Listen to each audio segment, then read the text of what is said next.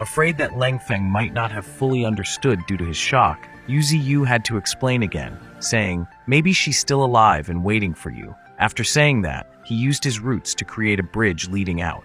Langfeng could leave anytime if he wanted. Yu knew he had unresolved matters. Forcing him to stay wasn't the right way. His heart was unsettled, and his mind was plagued with worry, making him incapable of doing anything properly. Yu told Langfeng that if he found his sister, he could return to the company if he wanted, or not, if he didn't feel like it. And if Langfeng decided to stay in the human world, then he could see the world on Yu's behalf. Even after hearing these words, Langfeng struggled to believe them. When Yu finally told him to leave, he still hesitated for a moment before taking off. His heart was no longer in the forest. The moment he decided to go, he bolted like a shadow, disappearing in an instant. With Langfeng gone, Yu thought about the newborn animals. He'd either have to take care of them himself or make Xiaoling do it. Looking at the nests filled with tiny, helpless little ones, he couldn't help but remember the peregrine falcon chicks from before. Back then, they always pooped on Yu's head. The era of mutations had gone wild, but this group seemed to have double mutations. It could be because they were born during the wave of spiritual energy. These babies were both born with deformities and destined to have short lives. They mutated entirely in the natural environment, not through human experiments. Looking at the two-headed snake and the elephant-eared monkey, doesn't it remind you of the werewolf raised by the guru in the lab? Even with meticulous care, it still died, let alone these newborns. If they couldn't adapt and evolve on their own, they were bound to log out sooner or later. These newborn creatures were so fragile that even life essence couldn't save them. Since the expansion of the multi-species corporation, employees had more opportunities to interact, and as a result, they paired up and reproduced continuously. Without any family planning, over 1,000 babies were born in a single day, but because of poor timing, only 10 to 20% survived to adulthood. Still, the few that survived were undoubtedly strong, becoming outstanding mutants. They passed the initial tests of death itself, promising a bright and remarkable future. Speeding like a flash, Langfeng finally arrived in his hometown. But having neglected to check the weather forecast, he forgot an umbrella. It was pouring heavily. Adding to that, the infrastructure seemed more dilapidated than ever, if not completely destroyed. An ordinary person would look at it and see trouble brewing, 100% certain. Langfeng? He only saw it as 90% bad news. What if the remaining 10% meant his sister was still alive? With that glimmer of hope, Langfeng braved the rain, tirelessly searching through the ruins. Picking up stones and bricks, he realized the slim 10% chance was becoming increasingly far-fetched. Still, Langfeng kept going, his hands bruised and bleeding. How could he give up? How could he accept his sister's death now? He kept digging, on the verge of tears, but held it in. It was already raining. If he cried, he might miss her entirely. Turns out, Langfeng wasn't alone. Someone else had tagged along. Judging by the big footsteps, it wasn't Thorn. It was Qingzhao, who finally caught up. Upon arrival, he saw his friend desperately digging through the dirt. At first, he just watched, letting Langfeng go at it. But seeing how exhausted his friend looked, Qingzhao couldn't hold back. He helped lift the debris while asking, "How deep do you plan to dig, man?" Langfeng replied, "As deep as it takes. My house has a basement. If I keep digging, I might find my sister." But even as he said that, the look in his eyes betrayed hopelessness. The rain still hadn't stopped. The two of them dug up the entire area, but it didn't make a difference. There was plenty of mud and debris, but no people. They dug so deep that continuing felt absurd. What would he say next? "There's another basement under this one." Langfeng finally gave up. There were no beasts or spiritual waves in this city, but there was radiation. This city had been struck by nuclear weapons brought on by humans. Qingzhao relayed Yu's message to Langfeng. Their sacred tree didn't want Langfeng to end up hating humanity's cities. Even from a different perspective, Yu didn't want his future employees making the wrong choice. Langfeng listened, and he understood. He looked up, letting the rain wash over him, cleansing both body and soul. Then he willingly decided to join Yu's multi-species corporation. Despite fighting alongside the mutants in battles against humans, Langfeng hadn't officially joined before. But now, he was fully committed. He'd searched enough. His sister was gone. He'd cried his heart out. And you know, when a man cries, it means he's shedding more than just tears. Langfeng had held it in for so long. He loved his sister the most, and now he would carry the greatest grudge. On that same rainy day, he resolved to seek revenge, and his target was humanity. Speaking of humanity, let's switch perspectives to a strange city. Here, there was a petite girl with light pink hair standing on a balcony for a long time. Her green-haired teammate had to check on her. What if she decided to jump? The green-haired girl asked, "Are you brooding over work? Isn't working over 8 hours a day enough?" But the pink-haired girl shook her head. "I'm thinking about my brother. Lengyu, didn't you say your brother was somewhere out there fighting and he'd come pick you up after his mission?" The green-haired girl's words startled me. The pink-haired girl's name was Lengyu? Well, that's a coincidence. It's the same name as Leng Feng's sister. Wait a second. Oh no. Get ready for sibling warfare, because according to the green-haired girl, Lengyu was busy consolidating her position in the second battlefield, so she wasn't weak and seemed to be gearing up for a fight. Cute as she looked,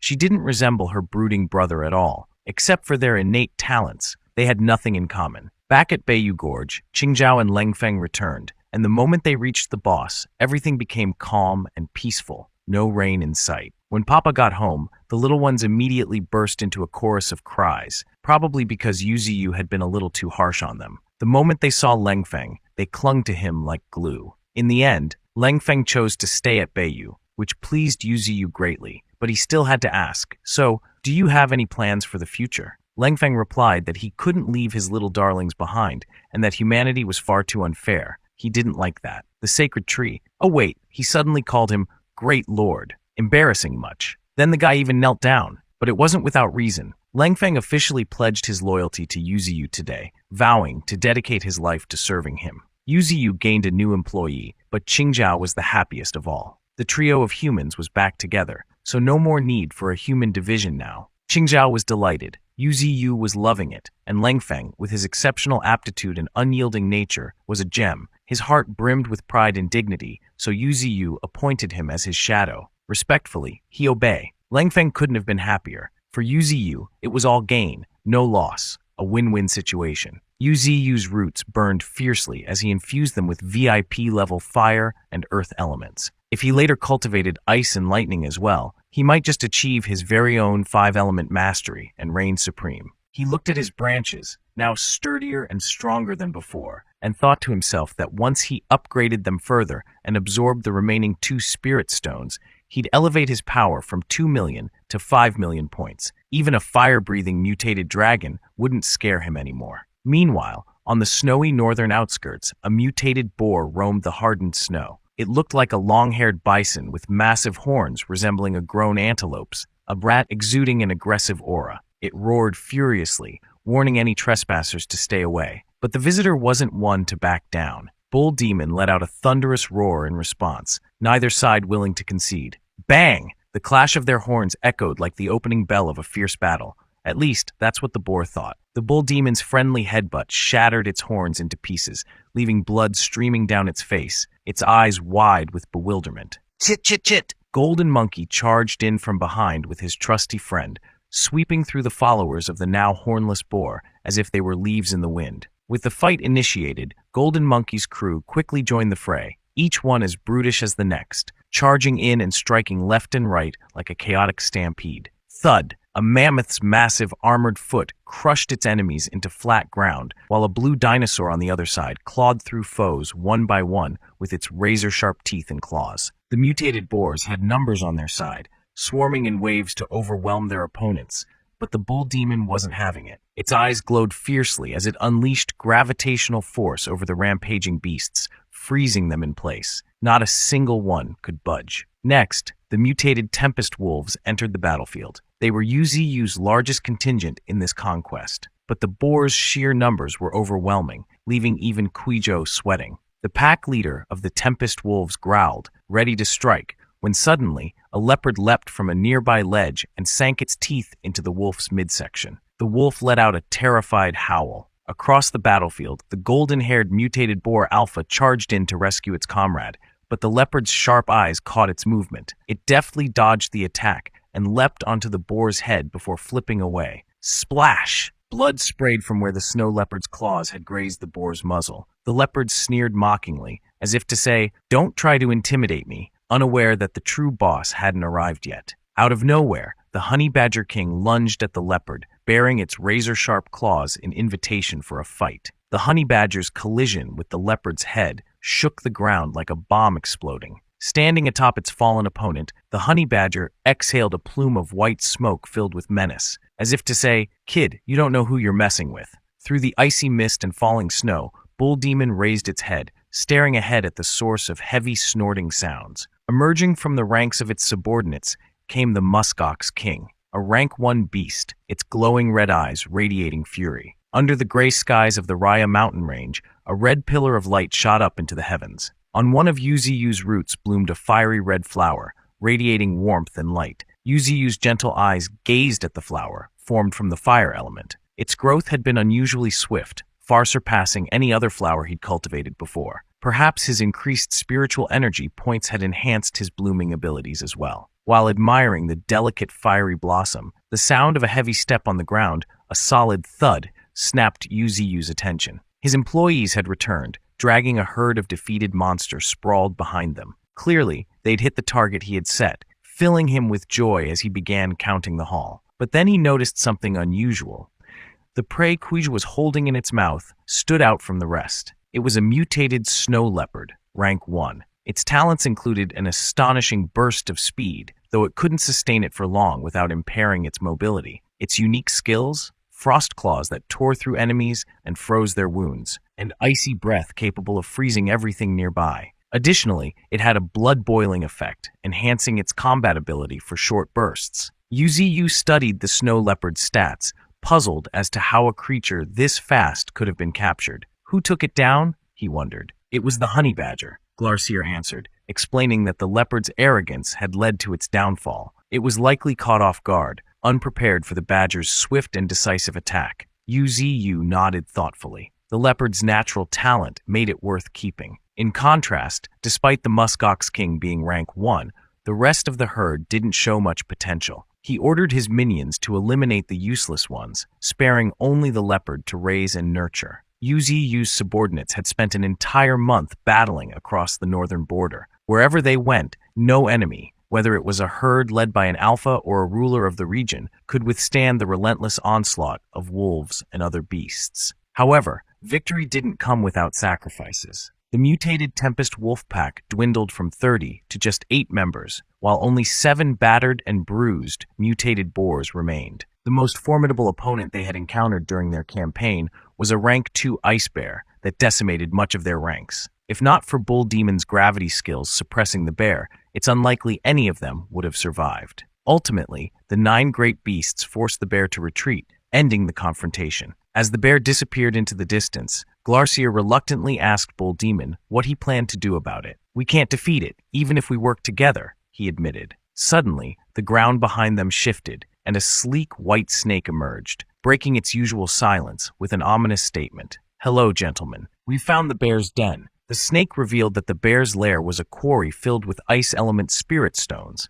"Lick a few if you like," it teased, hinting at the stone's potent energy. No wonder a rank 2 beast had emerged in such a desolate place. It had clearly been feeding off the stone's power. With just a swipe of its paw, the bear could freeze the surrounding ground, making it nearly impossible to approach. Bull Demon swung its massive horns and turned to leave, telling Glarcier, "This is beyond us. Let's leave it to Brother 9. It's time he showed his strength." It had only been 10 days since the swarm of mutant beasts stormed and captured the Laya mountain range. The map of Bayou Gorge expanded to encompass the range, with the white-shaded area marking the northern territory. Nestled between that region and Bayou Gorge was the Laya mountain range. After the sweep, some beasts returned to Bayou Mountain as before. Others remained to guard the Laya mountain range, while 9 Tails returned to Yuzi-Yu's side. The radiant burst of its breakthrough lit up the night like a towering beacon, preparing to achieve the most supreme and extraordinary breakthrough of all time.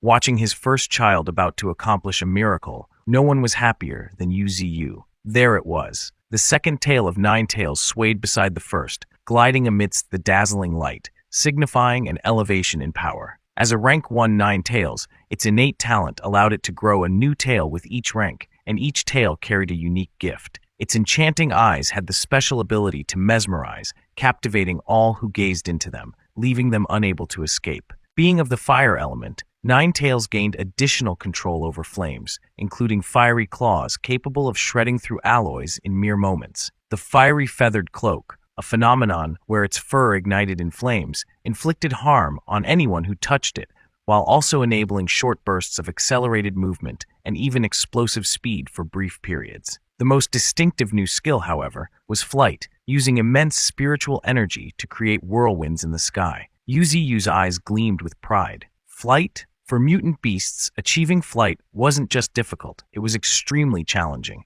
It demanded not only the ability, but also extraordinary mastery over spiritual energy due to the immense drain it caused. With a heavy thud, Ninetails planted its paws back on the ground after hovering briefly in the air, drenched in sweat. Even that short attempt had exhausted its energy, proving it needed much more spiritual energy training. Yuzu handed over a newly formed fire elemental flower to Ninetails, suggesting it consume the flower to boost its spiritual energy by 400 points. Ninetails, however, surprisingly declined. Why? Yuzu couldn't understand, and frankly, neither could I. If it was given to anyone, they would take it without hesitation. Master, if it's only to increase spiritual energy, give this flower to another mutant beast. To me, an increase of 400 points means little. It wasn't wrong. But if not Ninetails, who else among the fire-type beasts could make better use of it? 1 month after the spiritual energy wave swept across the land, an urgent report arrived from Shaoqing. Across the nation, mutant beasts had begun to unite, wreaking havoc and destroying small nations surrounding the Federation.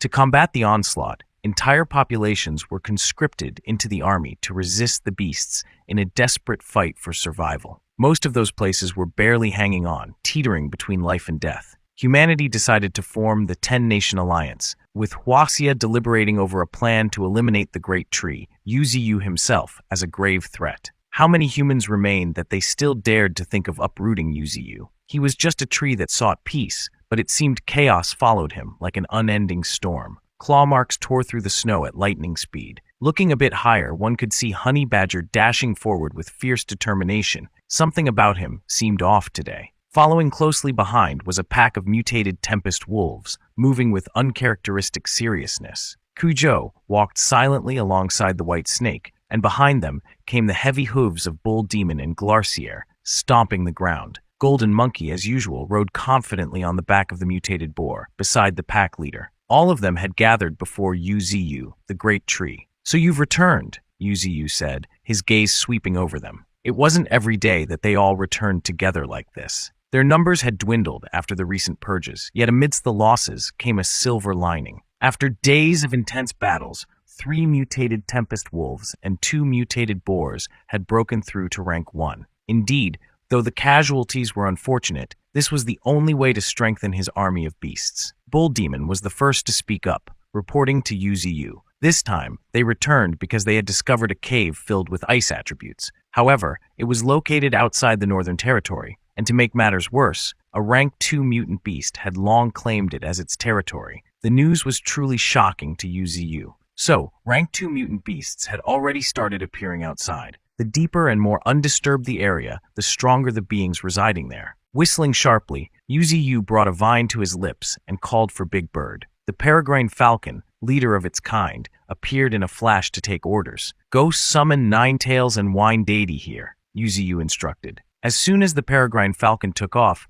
Yuziyu unfurled golden branches encircling the returning subordinates and sprinkled them with life essence as a reward for their month-long battles. Most of the beasts had already made breakthroughs. Receiving Yuziyu's life essence, their wounds disappeared, and they even looked much more imposing than before. Even the Stage 9 members of the mutated Tempest Wolf Pack were showing signs of advancing to a new realm. Yuziyu turned to Bull Demon and spoke gently. "For the next conquest, you're not going." Bull Demon was startled, his joy of frolicking with his comrades shattered by the sudden command. "You're about to break through," Yuziyu explained. "Stay here. Ninetails and Wine Deity will set out to seize that mineral-rich cave." Bull Demon hesitated, casting a worried glance at the great tree. He argued, insisting he would go after his breakthrough. How could he let those two, especially Wine Deity, who looked as helpless as a flat tire and still green behind the ears, go alone? As their elder brother, he couldn't bear to see them handle such a mission unassisted.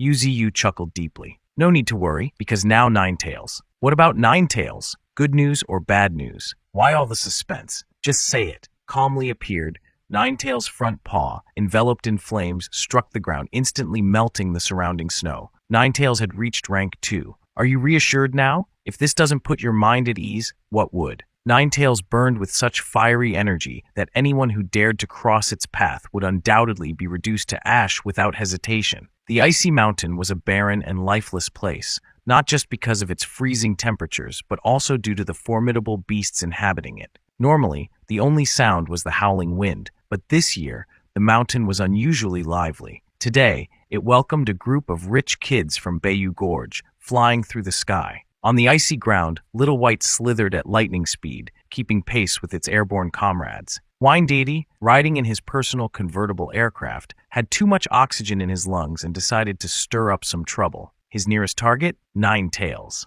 First time on a mission, huh? Didn't expect to team up with you. Hee hee. So how should I address you, esteemed sister in red? Everyone calls you eldest sister, so can I call you Miss Universe? Oh, and teach me your lightness skills. I want to fly too. By the way, how many tails are you planning to grow? 100? And one more thing. Since your body's always burning, do you cool off when you bathe? Or like a barbecue coal that fizzles out in water, or you never bathe?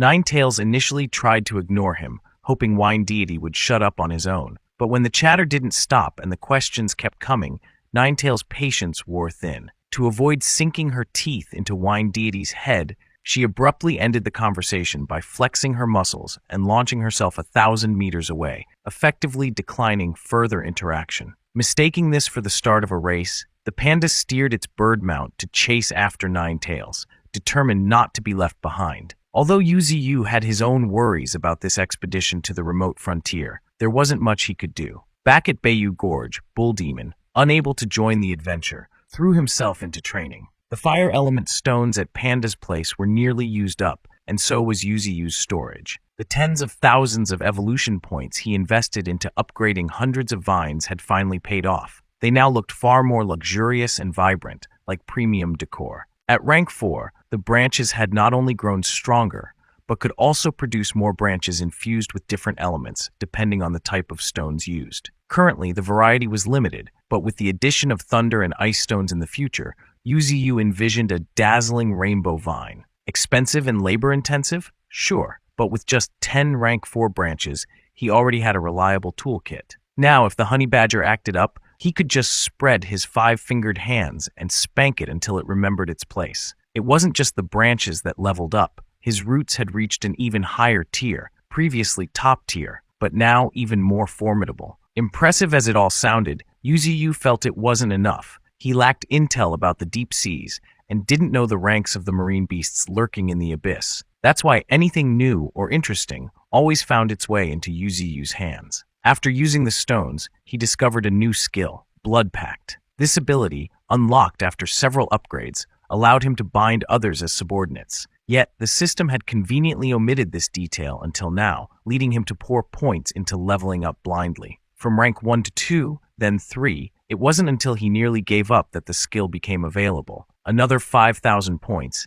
and he could evolve further. At rank 3, the Blood Pact skill was finally functional. It allowed him to use blood to bind others as his vassals. A willow tree with blood might sound odd, almost like a scam, but the skill was undeniably cool. It forced others into servitude, effectively turning them into his children. Psychological manipulation combined with an adoption process, all in one package. Applicable even to ordinary humans, it wasn't the kind of friendly skill that boosted affection like life essence. No, this was akin to a vampire's venom. It didn't matter if you liked it or not. Once bitten, you'd become part of his brood, abandoning your old life forever. Qingzhao, come here. I need to ask you something. Almost immediately, Qingzhao surfaced from the ground, responding to his boss's call. Since he was already up, Yuzi decided to hit him with some shocking news. The Alliance of 10 Nations and members of the Federation were planning a meeting at the border soon. Naturally, they weren't gathering to sip tea, but to discuss another assault on Bayou.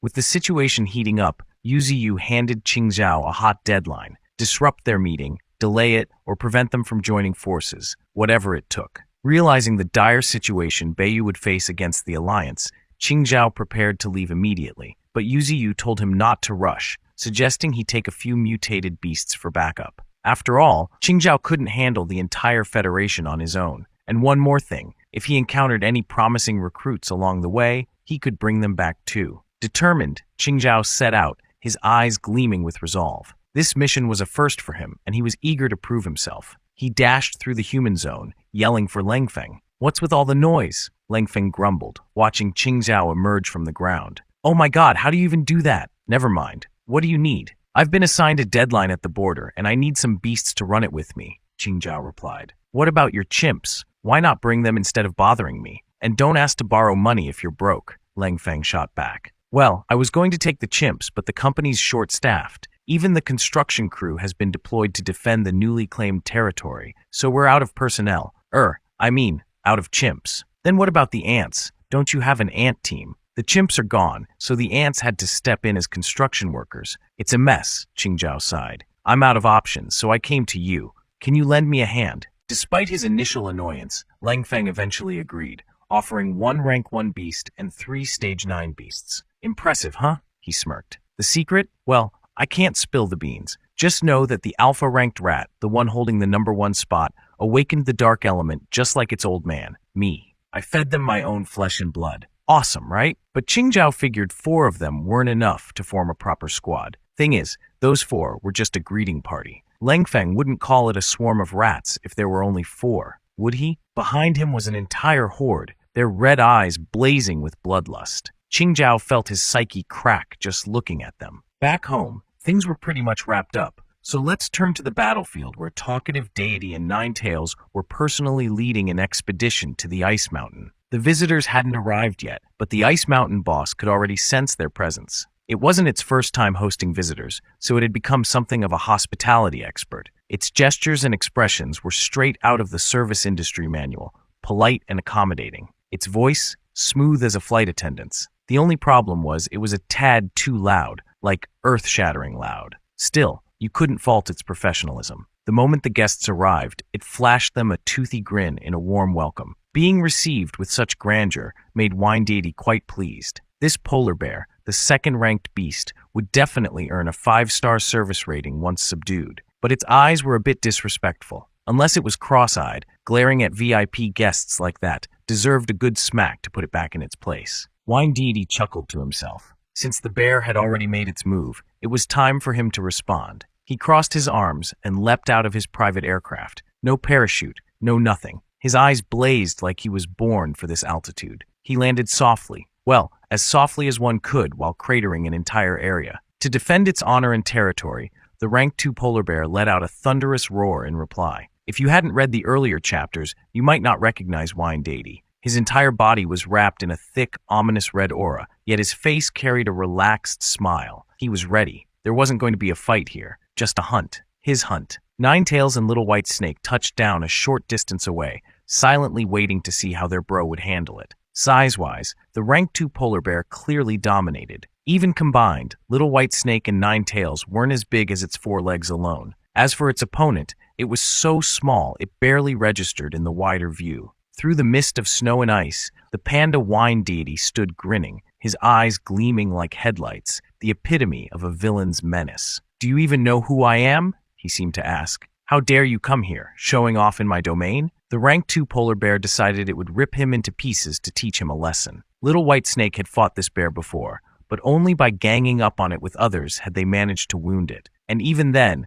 just a few days later, it had fully recovered. Whatever healing treasure this bear had in its territory was clearly potent, allowing it to recover in just 5 days and boost its strength significantly in the process. Little White Snake was visibly shaken by the sheer presence of the beast. No matter how many warnings the ice snake whispered, Wine Deity was determined to go one-on-one with the polar bear. Within 1,000 meters, there couldn't be 2 bears in the same space. His body ignited in golden flames, and with a smirk, he told his 2 companions, "Stay out of it. Let me handle this." "You've got it right, you short little bear. Now take a bite of this." The enormous polar bear thundered toward Wine Deity, closing the distance in massive strides, only to be met with a punch so solid it shut its roar off instantly. Small and crazy, but undeniably strong. "You better behave, or I'll smack you again. Go knock your head on a rock to wake up properly." Whether the polar bear woke up or not was unclear, but the little ones at home certainly snapped to attention.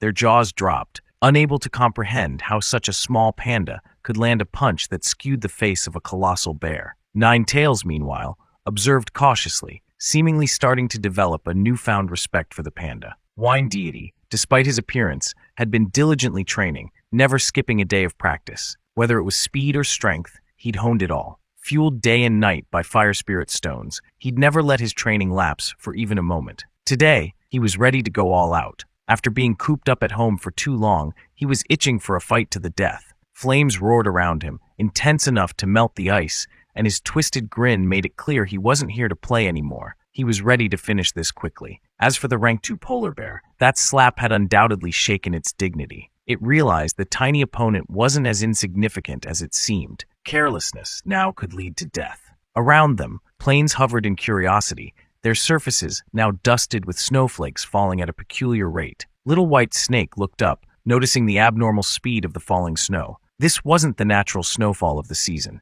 It had to be the host's doing, a grand welcome for guests entering its domain. A blizzard accompanied by fierce winds swept across the battlefield, thrilling Wine Deity to no end. Finally, something worthy of my full strength, he thought. The panda unleashed his signature red aura, channeled through the fire spirit stone, igniting a massive column of fire around him. The intense flames melted everything within their reach. With a sinister grin, Wine Deity signaled that he was ready for battle. The polar bear, however, didn't summon a colossal energy shield like its opponent. Instead, it broke off giant chunks of ice from its own body and arranged them around itself as projectiles. One hit from these would undoubtedly chill anyone to the bone, for life. The bear generously aimed all 9 chunks at Wine Deity, intending to chill him 9 lifetimes over. The icy boulders fused together midair, forming a massive pillar that locked Wine Deity in place. There was a moment of silence. Then, suddenly, a blazing sphere burst forth from the frozen structure. The fiery orb melted the ice instantly as it spiraled out, drilling straight into the polar bear and slamming its head into the ground,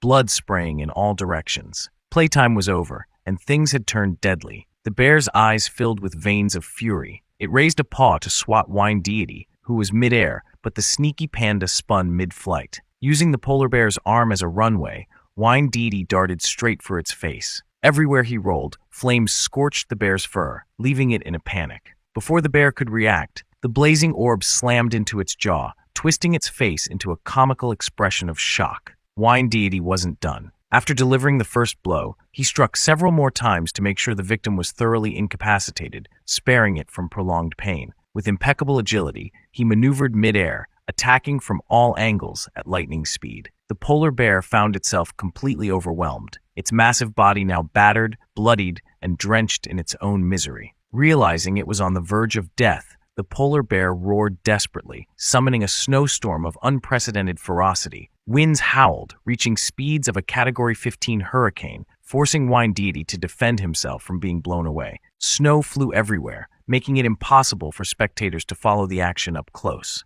The bear's immense size, however, still made it visible through the chaos. Spotting Wine Deity midair, the polar bear unleashed its sharp claws in a mighty swipe, slamming them down with such force that snow exploded several meters into the air. The impact sent Wine Deity flying. When the dust settled, he was encased in a massive block of ice, frozen solid like a dessert. The polar bear's strike had created an enormous ice pillar, trapping Wine Deity completely. Little White Snake, seeing the dire situation, was about to rush in for backup, but Ninetails stopped him. "Hold on, don't panic just yet." Thinking the battle was over and its opponent neatly sealed in an icy coffin, the polar bear smirked mockingly. "So this is the last one you sent to kill me? How boring." "Boring, huh? Fat bear, you're so busy boasting you didn't even notice your ice is cracking." When it finally turned its gaze, the block of ice had already split wide open, accompanied by a thunderous crash that was music to the ears. Wine Deity wasn't some canned sardine, but a fire elemental beast. With one mighty burst, he unleashed all his energy,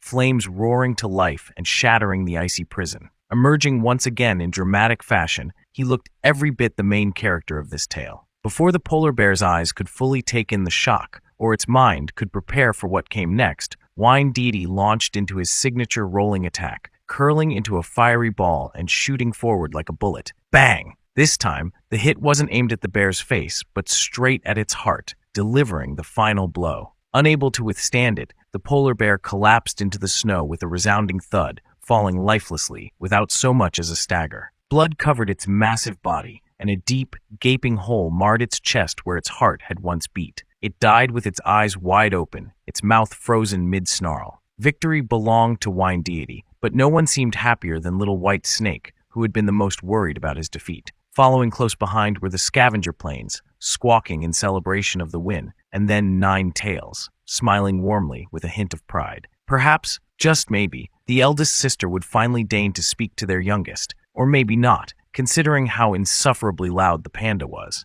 After his triumph, Wine Deity extinguished the flames on his body, striking a victorious pose before turning around with a cheeky grin. "Not too shabby, right?" he declared. Yet despite the grin, blood trickled down his head in twin streams. Whether it was his own or the polar bear's, no one could tell. The wind howled, revealing the fallen rank 2 polar bear lying there with its mouth open, a gaping hole in its chest saying, "It hurts right here." Against the stark white fur stained with red, the enormous carcass was both a grisly sight and a mark of victory. Standing before it, Wine Deity confidently flashed 2 fingers to his companions in the back. Judging by his smug look and lack of injury, the blood on his head was likely the bear's. He was still alive, kicking, and as annoyingly handsome as ever. Yet the battle had been nothing short of brutal. Little White Snake stared at his elder brother, looking so casual, unsure of what to say. Suddenly he screamed, "Watch out, brother!" The massive polar bear, thought to be dead, surged to life with shocking speed. Its razor-sharp claws slashed downward,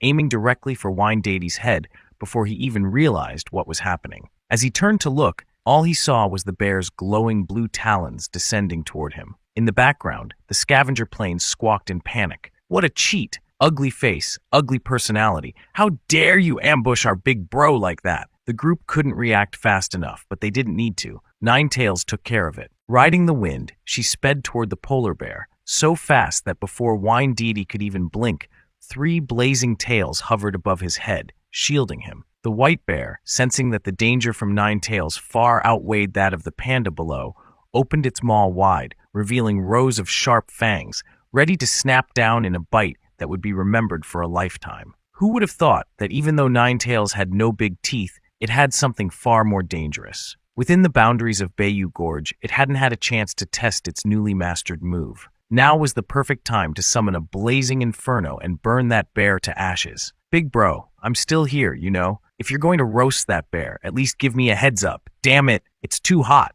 Suddenly, the bear's entire charred head crashed onto the snow, relieving Wine Deity from the scorching heat. Walking atop the still-smoking body was none other than Big Sis, proudly showing off her premium fire-resistant fur. Her eyes glinted with danger as she demonstrated the devastating power of her flame burst, incinerating the rank 2 bear in a single move. Forget just one bear. If there had been 3 of them earlier, Nine Tails could have grilled them all at once. To say Wine Deity wasn't scared would be a lie. It was awestruck by Nine Tails' explosive power, but deep down, it also felt an unshakable thrill. Someday, it vowed to challenge Big Sis in an all-out battle to see who was truly stronger. Far away in the sunlit warmth of Yan City, far removed from the blood-soaked forests and icy mountains, a rank 1 falcon spread its wings wide, searching for familiar faces amidst the bustling city streets. When Xiaoling noticed the second bird in the peregrine falcon flock suddenly flying toward her, she squinted and was just about to stand when it landed right on the table. In its beak, it held a small piece of paper. Yuziyu sure knows how to make use of these peregrine falcons for delivering messages. Why not tie it to their legs instead of making them hold it in their beak like this? Poor thing must be so tired. The note's contents were straightforward, mentioning that Qingzhao had already set off to block the federal team from making their big reunion. Burning the message in her hand, a smile appeared on her face. Just in time, Xiaoling had also received information about someone in the federal delegation heading to the meeting. With Qingzhao going to stall them, it was bound to be more effective than relying on just the beasts. In Yan City, with a swarm of fire butterflies that burst into flames upon contact, Xiaoling had easily taken control of half the army. A glance at her high-end office with its luxurious view was enough to understand just how powerful she was. However, federal command still rested in the hands of someone named Li Yuanhu. If Qingzhao could ensure that he never returned from this mission, Xiaoling could stay home and devour all the power for herself.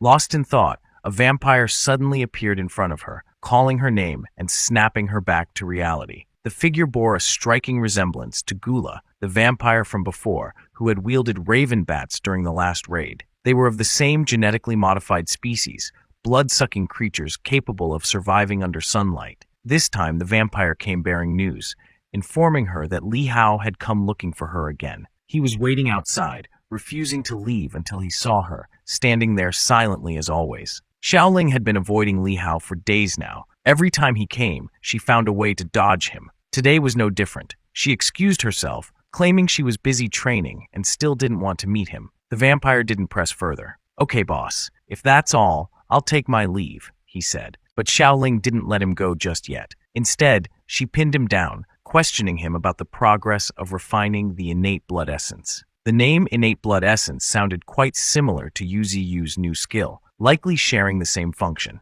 At present, the pale guy had successfully refined 4 drops and just needed 1 more to complete it. He reported his progress with a smug smile, confidently assuring Xiaoling that it wouldn't be long before Li Hao became one of her subordinate. Leaving behind the bustling streets, let's head to the mountains to admire the trees. But this wasn't your ordinary tree. It was blazing with flames. Its flower wasn't ordinary either. It was an elemental flower. The petals, branches, and leaves glowed fiery red, radiating the essence of fire. These flowers grew on Yu Ziyu's branches, drawing power from him to develop their abilities. Now they could transform any creature that absorbed them into fire element beings. Previously, it had only 4 petals. Now, it boasted 9. This transformation was proof of Yu Ziyu's growing strength. For even greater power, he needed to upgrade his system skill of Flaming Shatter Rain. What was Flaming Shatter Rain? It was his new skill. Just like its name, it summoned countless flames that fell like feathers. Wherever they landed, the flames would burn as long as he wanted. This skill wasn't just a wide-area attack, it was a game-changer. When humans came in hordes, he could fry them all in one go. Unlike crystallization defense, this time it's an offense skill. Then, he took a deep breath and channeled a fiery pillar of spiritual energy straight into the sky. The blazing tree remained unharmed, while his body radiated an oppressive heat so intense that even Thorn, standing 200 meters away, could feel it. It was a perfect bonfire for a night under the stars, except this fire was way over the top, turning the entire sky crimson. Witnessing this firsthand, Thorn couldn't help but marvel at the power of the divine tree, which only seemed to grow stronger. The fiery pillar shot through the clouds, followed by countless sparks raining down like glowing embers. Beautiful and radiant as they were, being hit by one meant instant death, leaving not even a bone behind. Even Yu Ziyu himself found the move excessively terrifying. If unleashed, everything around would be obliterated. After all the effort to build a home and plant trees, he wasn't about to destroy it all just to test a skill, so he canceled it. The move didn't even drain much spiritual energy, only 2 parts, so abandoning it didn't feel like a loss. As Yu Ziyu lowered his branches, the sparks vanished as well. Just 2 parts of spiritual energy had created that many flames. If he went all out, Fog Spread Mountain would have to be renamed Volcano Mountain. His timing for skill tests, though, was questionable. Fresh from delivering a letter, he nearly had a mental breakdown, thinking he'd end up as Roast Bird. Speaking of Yu Ziyu's skills, his crystallization, willow blade flying knife, and fog control all required time to cast. In contrast, Flaming Shatter Rain consumed little energy while delivering wide-ranging effects, fitting for a final boss who feared no one. As his branches descended, the team returning from the icy mountain arrived, bringing back a roasted polar bear as a trophy. 3 vultures, 2 for passengers, 1 for cargo, had carried it back, though the load was so heavy they dropped it the moment they landed. Luckily, it wasn't fragile cargo. On the contrary, the rank 2 bear lying on the ground was stubbornly tough. Though its body was roasted, the polar bear refused to submit. On the journey back, it had struggled constantly, almost injuring the vultures carrying it. No wonder the delivery guy tossed it to the ground immediately. Lying before the divine tree, the bear showed no fear, declaring it would rather be burned alive than submit. After all, as a rank 2 creature and once a ruler of its territory, how could it bow its head so easily? This polar bear was not only powerful, but also highly conscious and immensely prideful, making taming it no simple task. Yu Ziyu gently lifted the polar bear with his roots. Though his touch was light, the bear let out a roar, unleashing a wave of icy energy that instantly froze the roots holding it. The sudden outburst caught Yu Ziyu off guard. He hadn't even tried to drain its spiritual energy, yet it reacted so violently. Clearly, his body still held many secrets waiting to be discovered. After absorbing the icy energy for a while, his roots returned to their original color. Yu Ziyu couldn't help but marvel. His roots weren't just good at smashing rocks or slaying enemies for experience, They could also absorb elemental energy effortlessly, and this process didn't even require his conscious effort. The absorption happened naturally. It was surprising, but definitely a good thing. With time, he could get used to sniffing other types of rocks more efficiently. For now, he continued drawing the polar bear's elemental energy. While absorbing the polar bear's ice energy, Uzu casually asked Ninetails about the condition of the ice spiritual stone mine that the bear had guarded. Poor polar bear, lost its strength, its home, and its treasure all at once. Ninetails responded, based on initial checks, it's a medium-sized spiritual stone mine. The two kids with me have already gone inside to cultivate.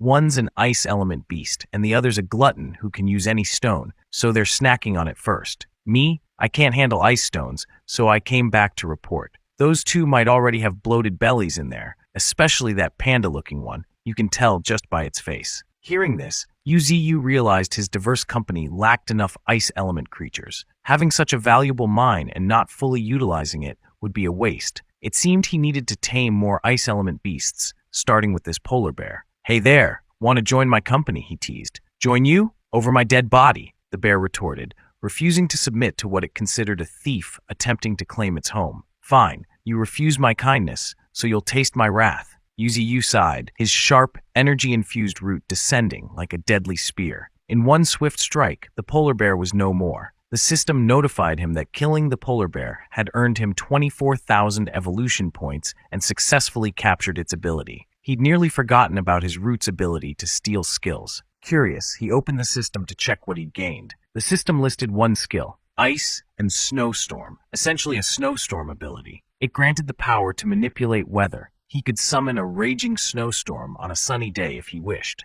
Weather manipulation wasn't an ordinary skill. Coupled with his existing fog spread, Uzu now had two abilities to control the environment. He vowed to collect more such powers, eventually becoming the embodiment of natural disasters. Not only would this benefit his beastly allies, but it would also greatly enhance his combat prowess. With this resolve, he decided to head north, ready to expand his domain. Enough of trees. Let's shift scenes to a distant desert. At the border of Shi City, where the vast highway cuts through the wilderness, a convoy of vehicles dominated the road. Among them was a particularly burly superhuman, visibly stronger than the others. He wasn't the only superhuman there, but was undoubtedly the strongest among the Federation's negotiating team. Could he be the one Xiaoling had sent Qingzhao to deal with? Their destination lay deep in the desert, where representatives from 10 nations had already gathered. Leading the group was an elderly woman with silver hair and a young woman referred to as the Saintess. Both were rank 1 figures from the Po Luo sect. The Saintess turned to the elder, asking, "Po Shu, is the Federation really as terrifying as the rumors say?" The elder's response was cryptic. "This is the age of the super being. We are, unfortunately, a step behind." Was she admitting their inferiority to the Federation or lamenting their inability to keep up with the times?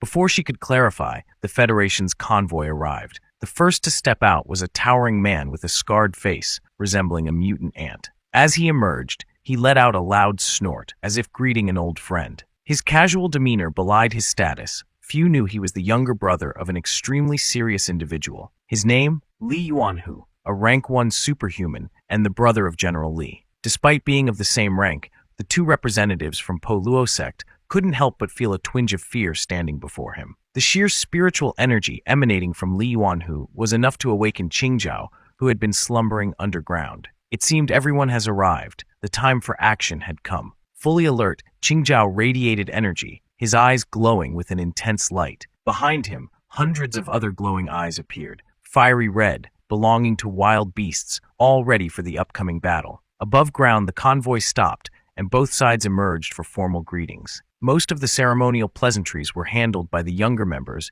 while the elder woman remained tense, her face filled with apprehension. She saw in Li Yuanhu not just a man but a monster. Indeed, the pressure he exuded was overwhelming, a testament to General Li's choice of personnel. As Li Yuanhu approached, accompanied by a team of extraordinary individuals, he let out another loud snort, scanning the group before him. He easily identified the Saintess as the one standing beside the elder woman. The rest of their entourage, consisting of Stage 9 superhumans, seemed far less impressive than expected. With a smirk, Li Yuanhu thought, "So this is the delegation from 10 nations? Nothing special. Controlling them won't be as challenging as I initially imagined. This time you've brought quite a few top-notch fighters, haven't you, old woman? Not that you're lacking either, but from the looks of it, anyone who doesn't know better might think a battle's about to break out, Li Yuanhu sneered, glancing at the colorful-haired individuals behind the elder. What about them? All elite troops brought along either to assist in negotiations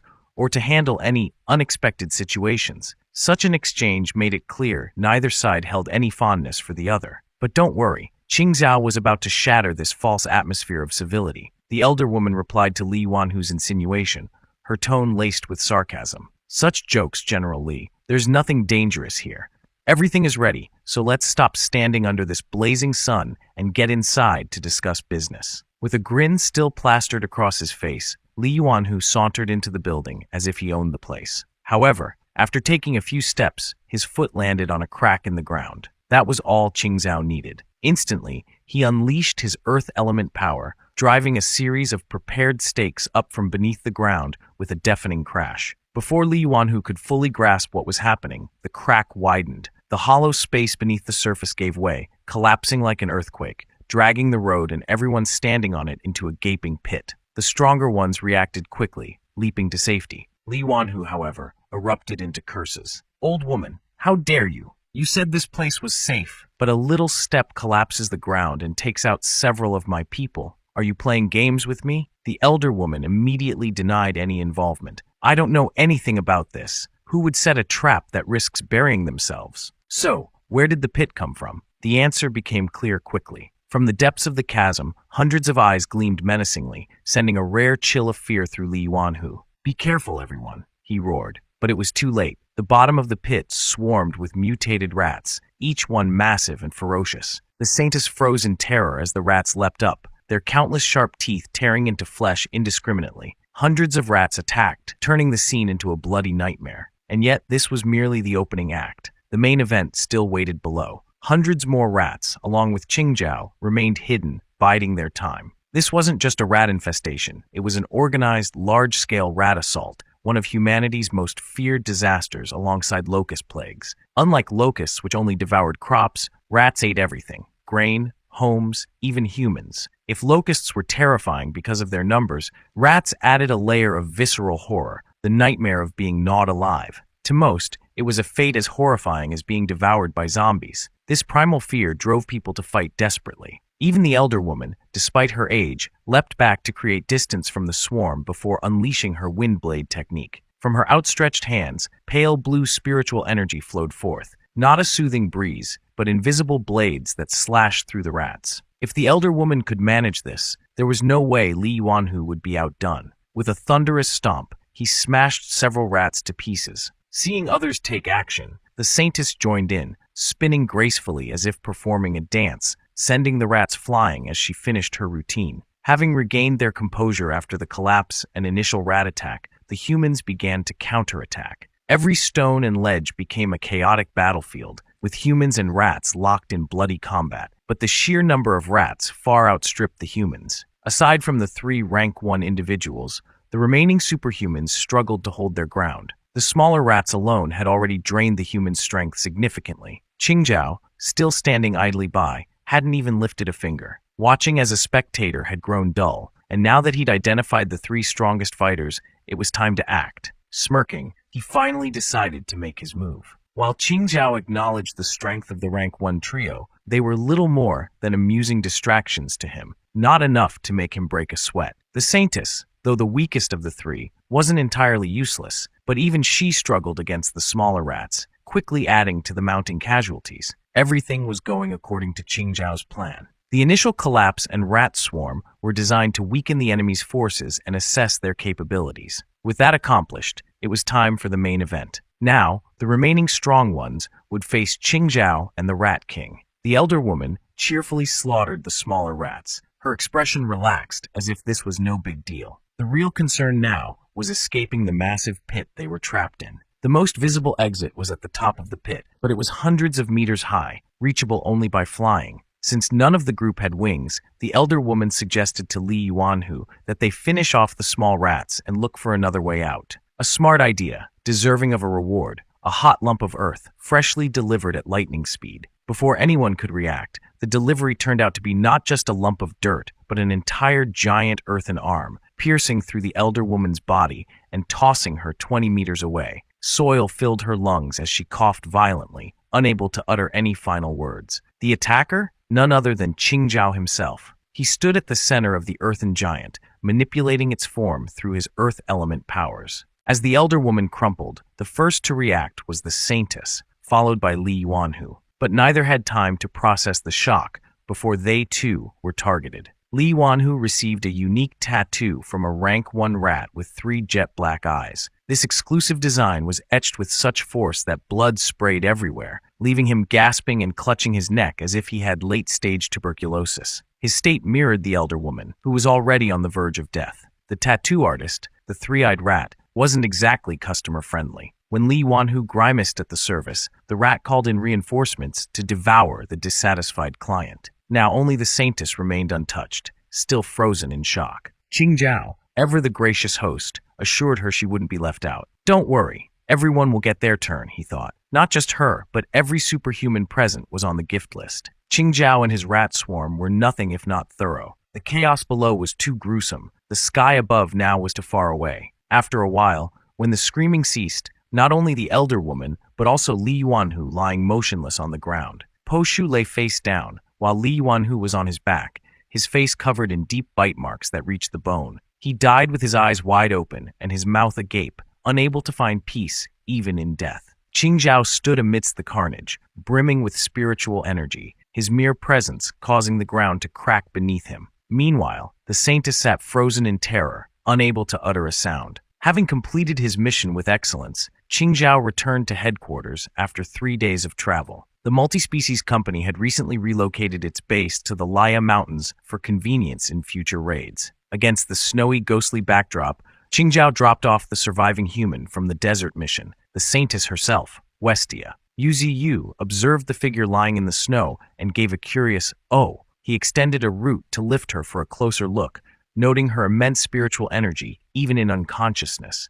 Westia's natural talent was undeniable, and Yu's willow form found it highly appealing. Removing her face veil, he was even more impressed. Her features were refined, her beauty exceptional, and her figure, well, let's just say she was brimming with vitality. Yu decided then and there, she's mine. However, since Yu couldn't take her as a concubine, Westia would have to settle for being his servant. He wrapped one root around her and directed another at her face. This second root glowed with a faint purple energy as it neared her forehead, releasing a spiritual beam into her mind. As the beam penetrated her consciousness, Westia winced in pain. Suddenly, her surroundings shifted, enveloped by a green light. The scene transformed into an ethereal expanse resembling the vastness of space, with Westia at its center. This was her spiritual realm, where her soul resided. In this realm, a version of Westia appeared, bearing a green spiritual mark on her back. This mark represented her essence and core being. Yu now had full access to her inner self,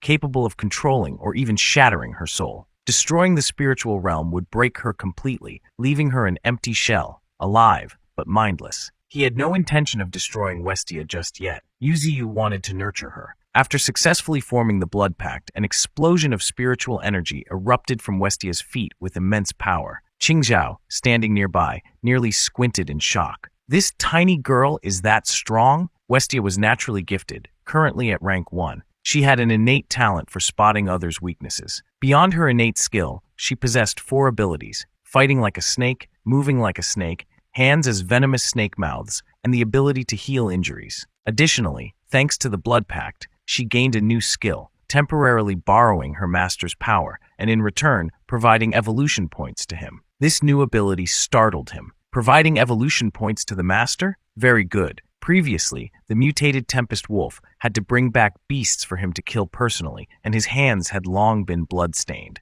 Now, with servants capable of earning evolution points for him, it was all benefit with no downside. Westia was now under Yu's full control. Just like employees working under a tight deadline, her first task was to hunt down a mutant beast and bring it back. The Blood Pact skill was unlike the Life Essence. It only allowed for commands, not consultation. As a result, Westia's reaction differed from Qianqin's in the past. She no longer had her own will and could only obediently follow orders. Westia took on the deadline, marched into the forest, and smashed a mutant bear's face in. Back home, the system immediately announced, "Your follower has killed a stage 6 mutant gray bear. Evolution points gained 12. Only 12 points? Stage 6 should yield 60. Oh, it turns out servants only bring back 1/5 of the points for the master. Well, better than nothing. Acceptable." However, leaving Westia swinging through the trees with monkeys seemed like a waste. Instead of smashing beast faces, she might as well return to human society and work for him.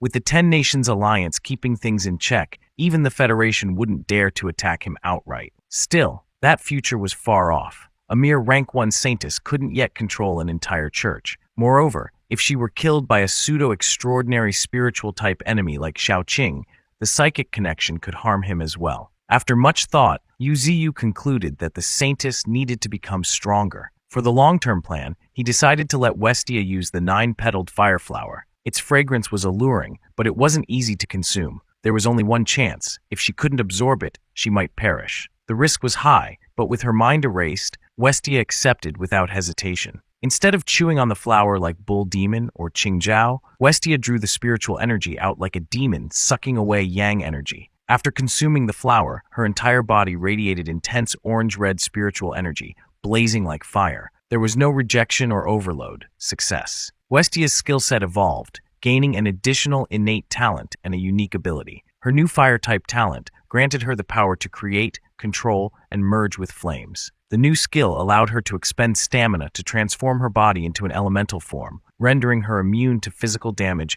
and destroying everything in her path. Yu Ziyu held her in high regard. With her existing talents combined with the elemental flower he provided, she would quickly reach rank 2. Beiyu Gorge has a spiritual pond. Go there to rest and recover. In a few days, I'll use life essence to cleanse you, Yu Ziyu instructed. Westia obeyed without question, but worried she might not find the way, Yu Ziyu sent Qingjiao to escort her. The two departed together, quickly vanishing into the snowy landscape. Thus ended the drama of unity between the Federation and the 10 Nations Alliance. The following days passed peacefully until one day, the ground began to tremble violently. The tremors reached even the giant willow tree. The cause? Bull Demon was roaring madly. No, it wasn't going berserk and creating earthquakes. It was advancing in rank. Finally, the day had come. Every time an employee advanced in rank, the boss suffered the period with them. Could they not rank up quietly? Why did it always have to be such a dramatic ordeal? Like Bull Demon this time, it uprooted all the rocks and dirt around it, with spiritual energy surging wildly as if it were having a spiritual energy overflow. After it was completed, it became blacker than black, its limbs bulging with veins, looking incredibly rugged and strange. Even Yu Ziyu's jaw dropped at this premium deluxe transformation. Bull Demon's entire body was covered in rippling muscles, with unruly hair and a beard, horns as large as wagon wheels, and most notably, it now stood upright on 2 legs. Upon advancing to rank 2, Bull Demon donned a new appearance and gained new abilities. Previously, it had been an earth element enthusiast, manipulating gravity and such. Now, it wielded the ice element, a far more chilling upgrade. Its new skill, Frozen Earth and Shattered Mountains, enabled it to freeze the ground and split mountains in its wake. While the new skill was undeniably impressive, its greatest strength lay in the evolved version of its gravity manipulation, a Pro Max edition powered by spiritual energy. This evolution also allowed it to achieve a humanoid form, enhancing its combat abilities and inheriting the terrifying strength and agility of humans. Bull Demon opened its mouth to call its master, and Yu Ziyu, overwhelmed with excitement, started acting crazy, yelling and jumping around. He circled Bull Demon and babbled nonstop. "How did you do it? Tell me now. You're starting to look more like a demon, and I want to be just like you. Who knew when I named you Bull Demon, you'd actually become King Bull Demon?" Unfortunately, it couldn't answer its boss's questions. "I don't even know how I became like this. These fingers just popped out, and standing on 2 legs surprised even me.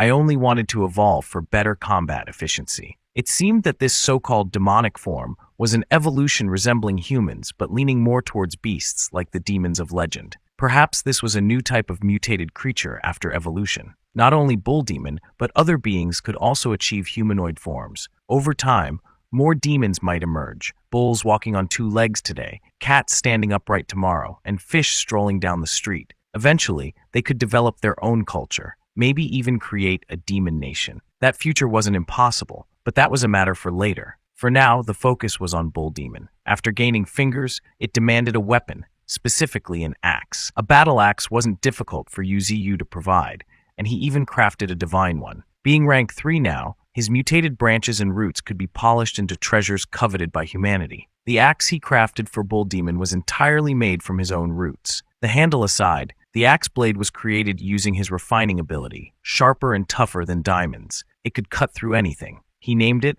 the Lava War Axe. While giving Bull Demon the axe, Uzu also gave it a deadline. He had already secured the north, where ice spirit stones were abundant, and needed to make a trip there. The fire spirit stones from the Panda Cave were almost used up, with a portion reserved for his other fire element creatures. Now it was time to use the ice stones. He entrusted the northern territory to Bull Demon. Bull Demon didn't hesitate to accept, assuring its boss to go handle his business. 3 days after Bull Demon's evolution, Westia completed her mission flawlessly. Returning to the Brahmin cult, she used her silver tongue to shift the blame for the deaths of the sacred tree and its followers onto the Federation. Specifically, she accused an internal faction of the Federation. Regardless of which faction it was, it ultimately came down to the Federation's responsibility, causing their Grand Reconciliation Initiative to collapse. Meanwhile, Uzu grabbed a root and headed north under Ninetail's guidance. The ravine was under the watchful eyes of Bull Demon and the ancient Emperor Crocodile, so he felt at ease leaving it behind. The northern realm was teeming with strange beasts, and despite numerous conquests, the wolves still hadn't learned their lesson, often blocking his path. So Uzu casually lashed out with his roots, sweeping up the wolves into bags as he passed. Wherever he went, writhing roots emerged, creating an eerie scene. Speeding along while feasting, he eventually arrived at his destination, the ice island that housed the ice spirit stones. As soon as he arrived, his adorable underlings came out to greet him. The wine deity, riding on Little White Snake's head, welcomed Uzu. Frequent use of the stones had significantly strengthened the two of them, especially the panda. It had grown so fat that its belly swelled, with its navel sticking out like Cheyenne's. "You've eaten so much. Have you finished all my stones already? Let me check," Uzu teased as he poked around. To his relief, there were still plenty left. Wasting no time, he plunged his roots deep into the ice cave, penetrating to its depths and spreading out everywhere. The intensity of his actions made the creatures above dizzy and wobbly. Once his roots were deeply embedded, the ground finally calmed, and he immediately began absorbing the stone's power. Just a few moments of contact with the roots caused spiritual energy to surge through his branches. He instructed Ninetails to head home and use the fire spirit stones he had left behind, while the two fools should get to training instead of lounging around and growing fat. They obeyed his orders and left, leaving Uzu alone to start his cultivation. A massive willow tree stood tall amidst the icy landscape, absorbing the stones and flaring its branches like a remix dance party. Who could keep up with such relentless energy? Uzu absorbed stones continuously for several days, his entire being immersed in the ice element. This effort successfully raised his spiritual energy to 5.5 million. Alongside this absorption, he indulged in some fishing for fun. Using his long roots, he pierced through the frozen sea's surface, delving deep into the icy waters to catch a significant number of fish, earning countless evolution points. Specifically, he now had over 4 million points, subtracting 500,000 saved up. The rest were his spoils from the journey, mostly from the depths of the sea. In other words, the ocean's biological resources were incredibly rich. Despite his heavy harvesting, there was still no end in sight. The place where he fished was a frigid northern sea, where fish were scarcer compared to other regions. Yet even here, he caught plenty. Earth, being mostly water, likely hid terrifying creatures in its deep seas. Creatures that could pose a threat to him. This fact wasn't up for debate. That's why he couldn't afford to remain stagnant. With over 4 million evolution points, he immediately spent 300,000 to upgrade his roots. After the second spiritual energy surge, the remaining Earth was filled with formidable beings, and standing still wasn't an option. While Uzu was far away absorbing stones, Bull Demon played babysitter at home. Yet no matter how much it called, the others, Wolf, Big Snake, and Big Ears, were nowhere to be found. Maybe they weren't playing around after all. What kind of play left the ground covered in blood? Bull Demon stood there, utterly shocked. He let out a thunderous roar that shook the heavens, echoing across the entire Misty Nation. Flash and Blue Mantis immediately wanted to rush over to see what had happened, but it was the ancient Emperor Crocodile who arrived first. "Bull Demon, what's going on?" it demanded. Bull Demon turned around, holding something small in its hand. The scent of blood reached the crocodile's nose, and the tension in the air was palpable. To be exact, Wolf and Big Snake had disappeared, and Bull Demon was visibly distraught. The second in command seemed to be having a psychological breakdown. Entrusted by UZU to guard the home, it had failed to notice the children's disappearance, a mistake that weighed heavily on it as dereliction of duty. Seeing Bull Demon so stressed, the ancient Emperor Crocodile tried to calm it down. Search again. Maybe they just wandered off for fun. No one plays like that, Bull Demon snapped, pointing to Big Ears, who lay bloodied in its hand. Look at this mess. It's obvious they were attacked. This isn't something simple. The ancient Emperor Crocodile examined Big Ears, battered and barely clinging to life, and quickly realized the gravity of the situation. It, too, began to feel the psychological weight alongside Bull Demon. As the sun set, a heavy gloom settled over Bayou Gorge. Everyone gathered together, surrounding the injured Big Ears, who lay barely breathing on the cold stone ground. Langfeng, normally silent, stood nearby, his heart in turmoil and his fury barely contained.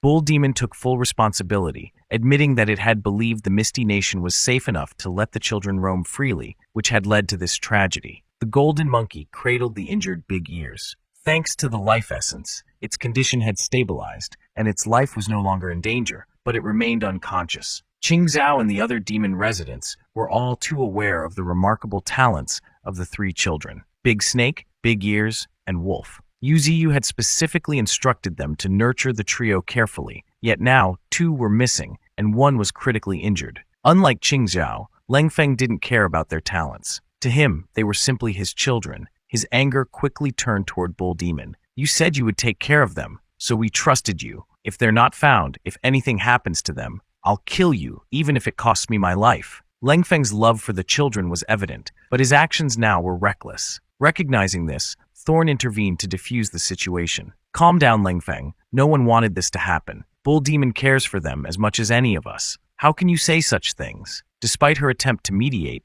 the tension remained thick. Bull Demon, visibly pained by Langfeng's accusations, wanted to explain itself. Fortunately, the ancient Emperor Crocodile stepped in to prevent the situation from escalating. This is no time to argue about responsibility, it said firmly. Two children are still missing. The top priority is to find them. After Big Ears was discovered barely alive, the mutated Tempest Wolf immediately set out to search for the others. However, the culprits had expertly concealed their presence, leaving no traceable scent. When the wolf failed to locate them, the ancient Emperor Crocodile decided to take matters into its own hands. These kidnappers took action while the boss was away. They've gone to great lengths to hide their tracks, clearly planning this well. No matter their motive, we cannot let them succeed. The ancient Emperor Crocodile's pride wouldn't allow the Misty Nation to be trifled with. Allowing the kidnappers to escape would shatter their reputation as an unassailable territory. If we let this slide, it growled, others will think they can come and go as they please, taking whatever they want. A single act of leniency will lead to endless humiliation. It inhaled deeply, its keen sense of smell filtering through countless scents until it locked onto the one it needed. There! The crocodile's eyes glowed with determination as it growled. Found them. Humans. Bull Demon's hair bristled at the word humans. In the Misty Nation, humans were their sworn enemies. If you've entered here, you're dead meat, it growled. Far ahead, three ninjas were fleeing the Misty Nation as fast as they could. Despite their speed, they urged each other to move even faster. Leading the group was Tadao Fujin, all three of them agents of the Yinghua Nation, sent to Bayou under someone's orders. The person who sent them had assured them, the Misty Nation's only real threat is the tree. The others are just for show. Emboldened by this, the three ninjas had boldly ventured in. But now, they could feel the murderous aura rising behind them, so oppressive it made breathing difficult. Their instincts screamed at them to run faster, lest they be torn apart. That lying bastard, Tadao Fujin cursed. Even if I become a ghost, I'll curse him and his descendants for 3 generations. Although the Federation agent had downplayed the Misty Nation's strength, it was clear this place wasn't to be underestimated. Still, there was something in the gorge worth risking their lives for. Yuziyu's big snake was rumored to be the reincarnation of the legendary 8-headed serpent. Tadao Fujin was determined to bring Big Snake back to his nation. With it, Yinghua could be saved, and he was deadly serious about this mission. The three ran for their lives, but as they fled, the ground began to tremble violently. The quakes grew stronger with each step. It was obvious they'd been discovered. Head for the Sunset City ahead, Tadao Fujin shouted, Let the city soldiers hold off the Misty Nation's beasts while we escape through another gate. Are you serious, boss? You're just going to let them take the fall? So many people will die. One of the ninjas protested. Of course, I know that, Tadao Fujin replied coldly. But that's not our problem. Our mission is to retrieve Big Snake. If the Federation suffers, let them pay the price for their lies. To him, the lives lost would merely be the cost of the Federation agent's deception. In short, the three ninjas still planned to rush into Sunset City, intending to let it bear the consequences. Sunset City was one of the 10 largest cities in the Federation, defended by a rank 2 Transcendent and over 30,000 soldiers, all at least level 7. In short, it was no pushover. Leading this calamity toward Sunset City was Tadao Fujin, an envoy from Yinghua Nation sent to the Federation. During a mission in the Misty Nation, he discovered a 3-headed, 3-tailed snake and immediately theorized it to be the reincarnation of the legendary 8-headed serpent. He believed that, in the future, the snake could grow 5 more heads and tails, becoming the key to saving Yinghua. Determined, he resolved to take the snake back to his country. His theft of the snake ignited the conflict between the Federation and the Misty Nation. Now the beasts of Beiyu were mobilized. On land and in the air, they swarmed the area, led by none other than Bull Demon, who was more than ready for a showdown with humanity.